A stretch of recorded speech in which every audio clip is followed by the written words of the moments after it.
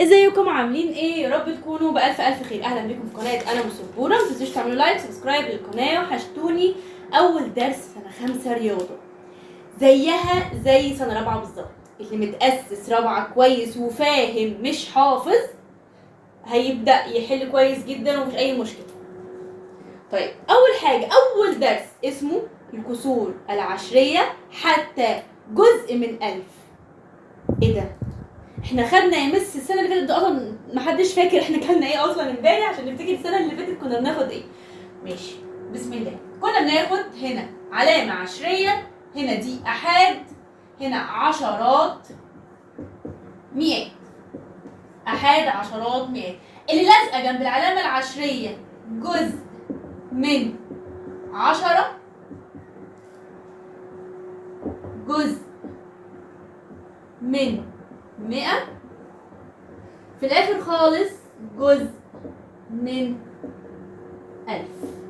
جزء من 10، جزء من 100، جزء من 1000. اللي احنا خدناه احاد عشرات مئات عادي. الجديد وخدنا برضو جزء من 10 جزء من 100، الجديده بس جزء من 1000. ايه ده يا سلام؟ يعني هو اول درس بيتكلم عن كده. دي اول جزئيه. لما يقول لي مثلا 275 و 8، ماشي خليها دي 9، يتقرأ ازاي ده؟ بنقراه ازاي؟ 275 و 819 جزء من 1000. بيتقري من هنا 275 عادي اللي هو احاد عشرات مئات و 819 جزء من 1000. لما اقول لك القيمه المكانيه، طبعا احنا عارفين قيمه مكانيه مكانها فين. لما اقول لك انت قاعده فين، مكانك فين، يعني احاد ولا عشرات ولا مئات ولا الوف. هو هنا لحد بس المئات بس. حلو. العلامه العشريه دي بتفصلنا بين الاجزاء اللي هي السليمه، الوحدات، وحدات سليمه، وبين الاجزاء. يعني ده لوحده وده لوحده. بمعنى هتعرفوها دلوقتي في القيمه الرقم. قيمه مكانيه مكانها فين؟ لما اقول لك اوجد القيمه المكانيه للرقم اللي تحتيه خط 5، تقولي مكانيه احاد. طيب دي مئات. طيب دي جزء من 10. طب دي جزء من 1000. طب دي جزء من 100. جزء من 10، جزء من 100، اللي بعيده خالص جزء من 1000. يعني ايه جزء من 10؟ برضه عايزين نفهم يعني ايه جزء من 10. يعني انا قدامي مثلا 10 جنيه جنيهات عادي، وانا خدت جزء منها. والله خدت 1، خدت 2، دي اسمها جزء من 10. ده انا خدت جزء. يبقى اللي انا عايزه افهمه برضو ان الوحدات دي كبيره. احاد عشرات مئات دي كبيره، وهنا الاجزاء حاجات بسيطه صغيره مش كبيره. يعني ايه جزء من 100؟ يعني معايا 100 جنيه وخدت جزء منه. والله بقى خدت 5، خدت 50، اي حاجه. طب يعني ايه جزء من 1000؟ معايا 1000 جنيه خدت جزء منه. ماما مدياني مصروف 1000 جنيه، بيقول لي المصروف اهو. صرفتيه؟ لا يا ماما ما صرفتوش كله، انا خدت جزء منه. ده اللي احنا بنقوله اهو، اللي احنا بنقوله في حياتنا اليوميه بنعمله هنا في على السبوره. بناخد دروس. يعني ايه جزء من 10 وجزء من 100 وجزء من 1000؟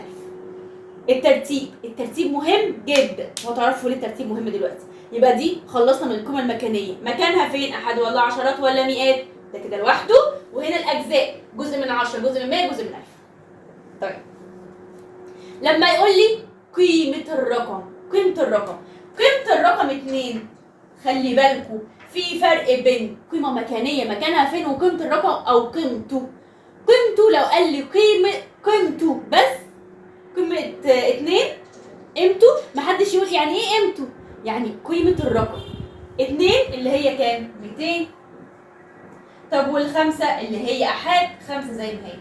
طب الثمانية لما يحط كده خط ويقول لي قيمة الرقم 8، ال8 اللي هي 8 جزء من 10 اهي. لما جزء من 10 لازقه جنب العلامة العشرية، ما هي اسمها ايه؟ علامة ايه؟ عشرية، يبقى اللي جنبها اسمها ايه؟ جزء من 10. طب الواحد اهو، ده ايه موقفه في الحياة؟ 1 0 علامة، ما هو ده اللي هيعرف لي الفرق بين الجزء من 10 والجزء من 100. جزء من 10 قبل العلامة على طول، الرقم قبل العلامة. جزء من 100 قبل العلامة برقمين. طب والتسعة جزء من 1000 قبل العلامة ب3 أرقام، 1 2 ادي 3. هنا عايزين تحطوا في الآحاد صفر حطوا، مش عايزين تحطوا في الآحاد صفر ما تحطوش، مش هتفرق. يعني دي صح ودي صح. اللي هو في الآحاد مفيش، ما اتكلمش في الآحاد، انا مش بتكلم في الآحاد، انا دلوقتي بتكلم بالأجزاء. جزء من 10 ايه ده عرفتيها ازاي يا مس؟ لازقه جنب العلامه. جزء من 100 في قبل العلامه رقمين، جزء من 1000 في قبل العلامه 3 ارقام. خلاص؟ طب يا مس احنا بنتلخبط بين جزء من 10 وجزء من 100 وجزء من 1000. هي 10 قبلها كام؟ صفر. يعني قبلها صفر واحد بس، يبقى قبل العلامه رقم واحد بس. طب ال100 قبلها كام؟ صفرين يعني رقمين. ال1000 في كام صفر؟ 3 اصفار، يبقى قبل العلامه 3 اصفار. ده انا بسهلها لكم. ده اول جزء، قيمه مكانيه وقيمه رقم. الجزء الثاني اللي عايزه اقوله سهل قوي. حول لي من الكسر الاعتيادي لكسر عشري. حول لي من كسر الاعتيادي لكسر عشري. حاضر، احول لك من الكسر الاعتيادي لكسر عشري. يعني ايه كسر اعتيادي؟ كسر الاعتيادي يعني بسط ومقام. كسر اعتيادي يعني بسط ومقام. كسر عشري يعني علامة عشرية.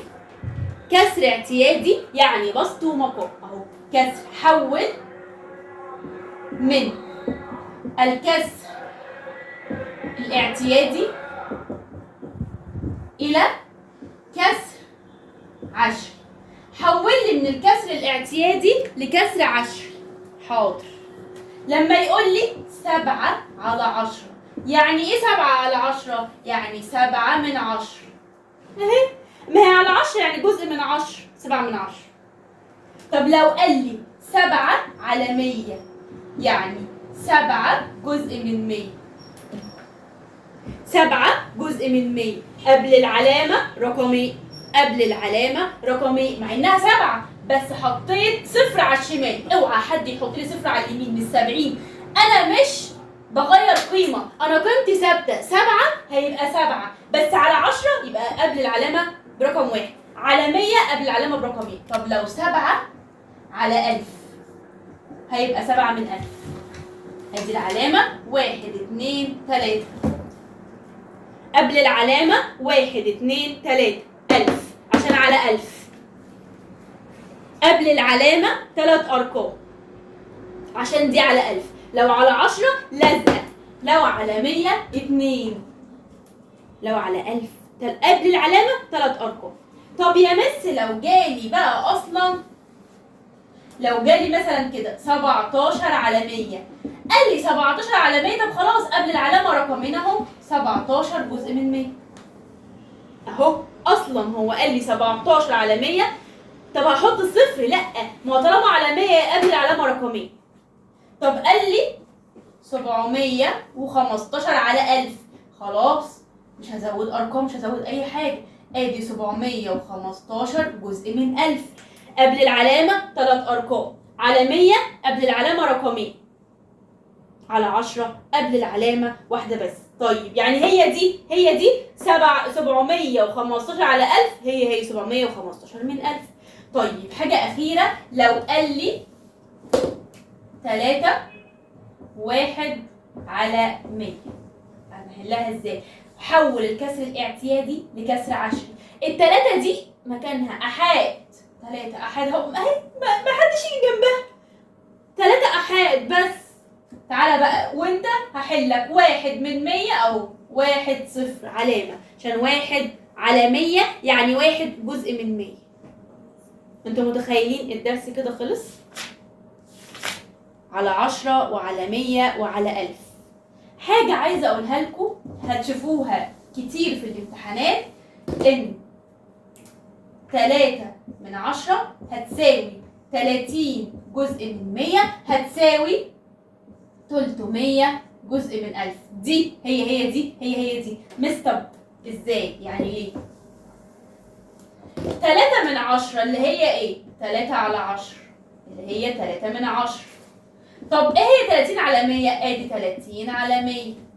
ادي نطير الصفر مع الصفر هتبقى في الاخر ايه؟ 3 على 10. تاني 300 على 1000. ليه على 1000؟ عشان قبل العلامه 3 ارقام يبقى على 1000. 300 على 1000. الصفرين طاروا مع الصفرين بقت كام؟ 3 برضو على 10. يبقى 3 من 10 هتساوي 30 من 100 هتساوي 300 من 1000، أو 5 من 10 50 من 100 500 من 1000، أي رقم بقى. 10 هنا مثلا 8 من 10 80 800. طيب ايه تاني موجود عندنا هنا في الدرس الاولاني؟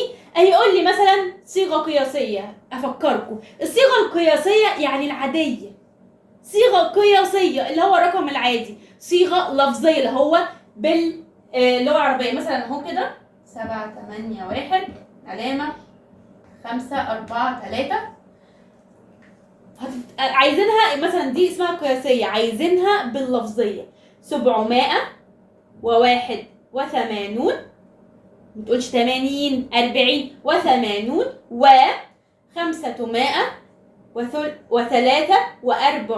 جزء من 1000.